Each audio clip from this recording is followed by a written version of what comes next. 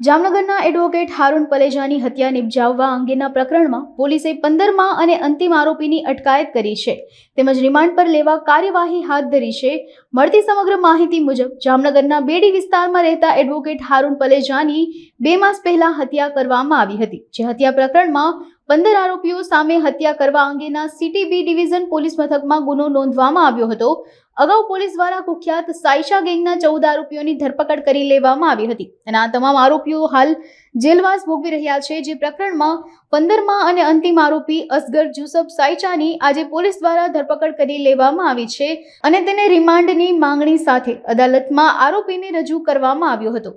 જામનગરમાં થોડા સમય પહેલા એડવોકેટ હારૂન પલેજાનો મર્ડરનો કેસ હત્યાનો બનાવ બનેલો હતો। જે હત્યાના ઇન્વેસ્ટિગેશન માટે રિસ્પેક્ટેડ એસપી સર દ્વારા એક એસઆઈટીની રચના કરવામાં આવેલી હતી અને જે તપાસના અંતે જે આરોપીઓ છે, કુલ 15 આરોપી છે, તેમના તબક્કાવાર અલગ અલગ જગ્યાએથી અલગ અલગ સ્થળેથી તમામની ધરપકડ કરી લેવામાં આવી છે। જેમાં જે છેલ્લા આરોપી અસગર સાયચા છે તેની છેલ્લે ધરપકડ કરવામાં આવી છે અને આમાં કુલ 15 આરોપીઓની ધરપકડ હાલ સુધી થઈ ગઈ છે। હવે આ તમામ આરોપીઓ વિરુદ્ધ સાયન્ટિફિક તેમજ પ્રાયોગિક પુરાવો મેળવી અને એમાં ચાર્જશીટ કરી આ કેસને કન્વિક્શન સુધી લઈ જઈ કડકમાં કડક સજા થાય તે બાબત આગળની કાર્યવાહી ચાલુ છે।